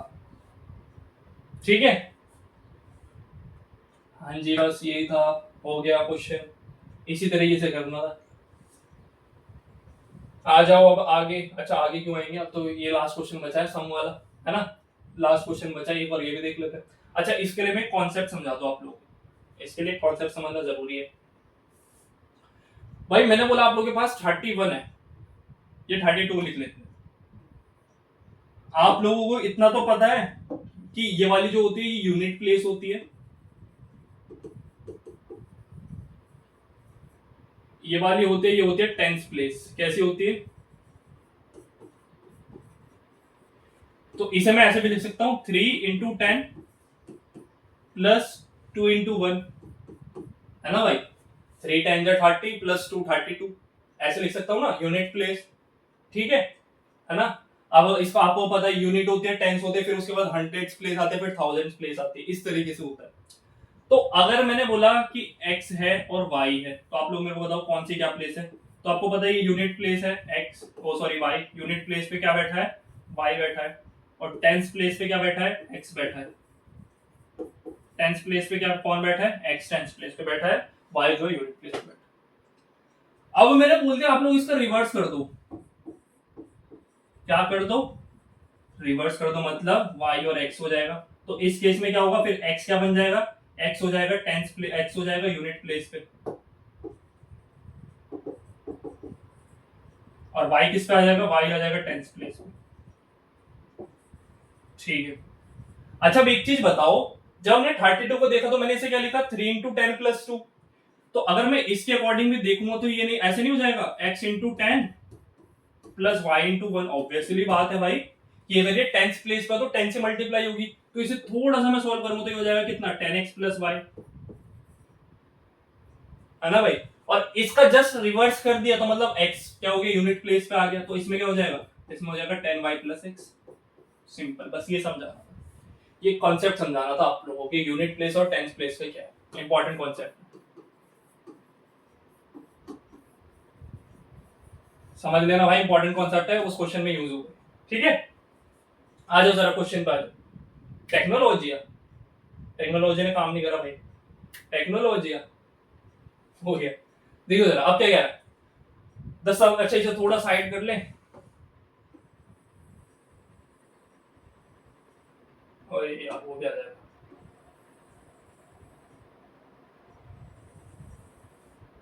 इसे हमने कर लिया है, इसे यहाँ साइड करते हैं। अब आ जाओ नेक्स्ट वाले। The sum of the digits of a 2-digit number is 9। 2 digit का नंबर है, 2 डिजिट का नंबर है, मतलब x और y बोल लेता हूँ, 2 डिजिट का नंबर है। एक वंस प्लेस पे होगा और एक टेंस प्लेस पे होगा। Let the number at ones place, ones लिख दू, वंस प्लेस पे कितना होगा, वो y है। Let the number at tenth place, वो है x। ठीक है जी, उसने मेरे से बोला सम ऑफ 2 डिजिट नंबर, मतलब x + y = 9 है।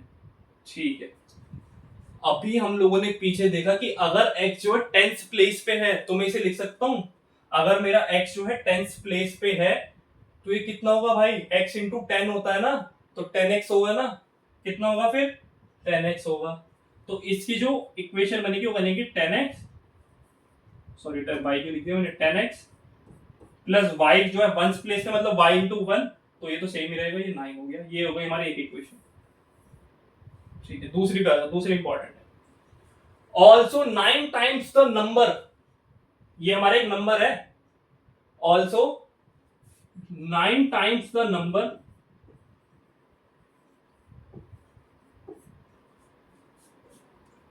also 9 times the number is twice the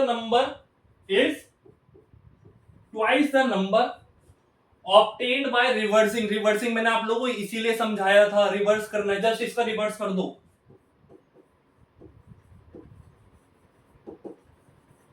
reversing and find the digit, find the number, बस। अब ये समझना भाई, देखो कि उसी नंबर का अगर मैं 9 गुना कर दूं ना, 9 टाइम्स अ नंबर, तो वो क्या हो जाता है, उस नंबर को अगर मैंने रिवर्स कर दिया तो उसके दुगना हो जाता है। मतलब 9 times the number is twice the reversing of that number, कि इस नंबर को अगर मैं 9 बार मल्टीप्लाई कर रहा हूं, एक ही नंबर है मेरे पास, कोई भी एक नंबर है, उसकी मैंने 9 बार मल्टीप्लाई करी, उस नंबर को मैंने पलट दिया, उस नंबर को क्या कर दिया, उस नंबर को पलट दिया, पलटने के बाद सिर्फ 2 से मल्टीप्लाई कर दो, वो दोनों इक्वल होंगे। मतलब एक नंबर में 9 बार मल्टीप्लाई करूं, उसी नंबर को पलट के उसमें 2 बार मल्टीप्लाई कर दो, दोनों आपस में इक्वल होंगे। समझ गए? एक नंबर में 9 बार मल्टीप्लाई करो, 9 की मल्टीप्लाई करो, उसी नंबर को उल्टा कर दो, उल्टा करने के बाद उसमें 2 के मल्टीप्लाई कर दो, दोनों आपस में इक्वल होंगे। बस इतना समझना। ये नंबर तो यही है भाई, ये नंबर तो आप लोग पहले निकाल चुके हो, 10x प्लस वाई है, तो ये कितना हो जाएगा 2, इसका रिवर्स कर दूंगा तो कितना हो जाएगा 10y प्लस एक्स। बस बस बस, इतना समझना है, इतना समझना है, क्वेश्चन खत्म।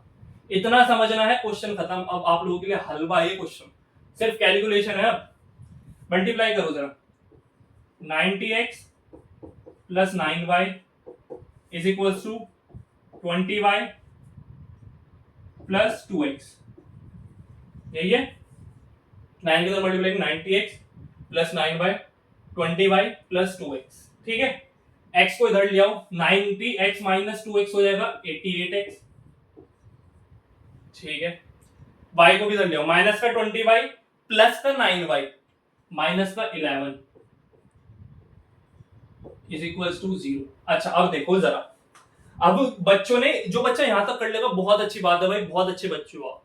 बट लाइट सॉल्वर्स क्या कराएंगे, वो बताएंगे कि भाई आप लोग एक काम करो, इस क्वेश्चन को और इजी करो, और सिंपलर करो, और जल्दी क्वेश्चन करना है। कैसे सर?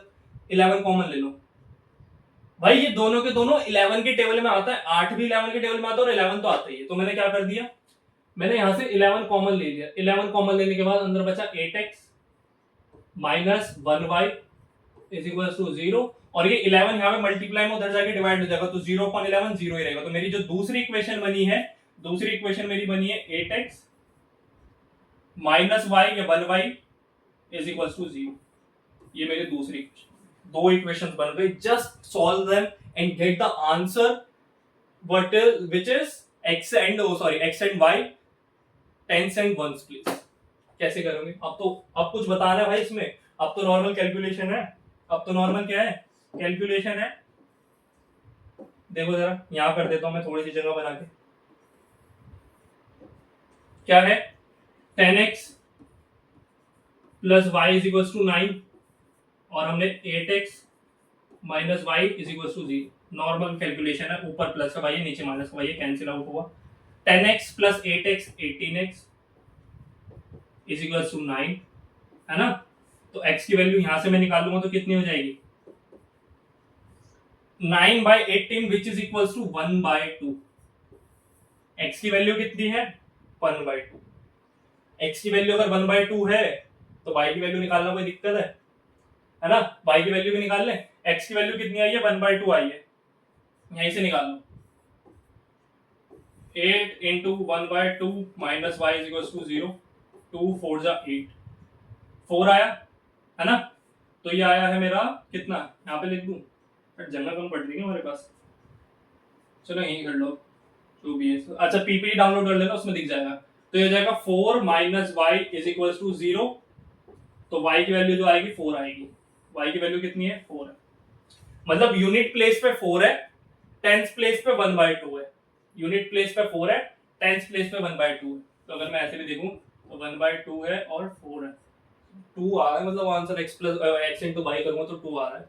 कोई बात नहीं, हमसे फाइंड द नंबर्स बोले थे, हमने निकाल लिया। x की वैल्यू 1/2 आ रही है, पक्का 1/2 ही आ रही है ना भाई। 0 9 हो जाएगा, 10x प्लस 18x, हाँ ये सही आ रहा है, बिल्कुल सही आ रहा है। x की वैल्यू 1/2 आ रहा है, बिल्कुल सही है, क्वेश्चन सही है, ठीक है। तो इस तरीके से करना भाई, इंपॉर्टेंट कॉन्सेप्ट हम लोगों ने समझा, इंपॉर्टेंट क्वेश्चन था, और इसी के साथ हमारा ये चैप्टर एंड भी होता है ना। एनसीईआरटी के मैंने आप लोगों को सारे इंपॉर्टेंट क्वेश्चंस करा दिए। अब एक्स्ट्रा क्वेश्चंस के तो मैं अलग से वीडियो लेकर आऊंगा, उसमें एक्स्ट्रा क्वेश्चंस कराऊंगा, ठीक है। अब ये पूरा सेशन देखो, अच्छे से क्वेश्चन सॉल्व करो, एक एक क्वेश्चन लगाना, एक एक क्वेश्चन दोबारा करना, इंपॉर्टेंट जो कॉन्सेप्ट मैंने ये वाला समझाया इसे दोबारा से समझना, इसके क्वेश्चंस अप्लाई करना। एंड दिन मैं एक और वीडियो लाऊंगा, उसमें इसके भी क्वेश्चंस होंगे, अच्छे से हम क्वेश्चंस करेंगे। तो तब तक के लिए प्रैक्टिस करो, एनसीईआरटी के सारे क्वेश्चन सब आप लोगों से बिल्कुल इजीली सॉल्व हो जाएंगे। अब तो क्वेश्चन हलवा लगेंगे, बिल्कुल बहुत इजीली, बहुत अच्छे से पढ़ाया है। अच्छे से आई होप आप लोगों को समझ भी आएगा। जो नहीं समझ में आप लोग कमेंट बॉक्स में या व्हाट्सअप पे या फिर टेलीग्राम पे पूछ भी सकते हो। तो जल्दी से वो जाके उन्हें ज्वाइन करो। पीपीटी आप लोगों को मिल जाएगी चैनल के डिस्क्रिप्शन में। सो तब नेक्स्ट सेशन बहुत ही जल्दी आएगा। तब तक के लिए stay tuned and bye bye.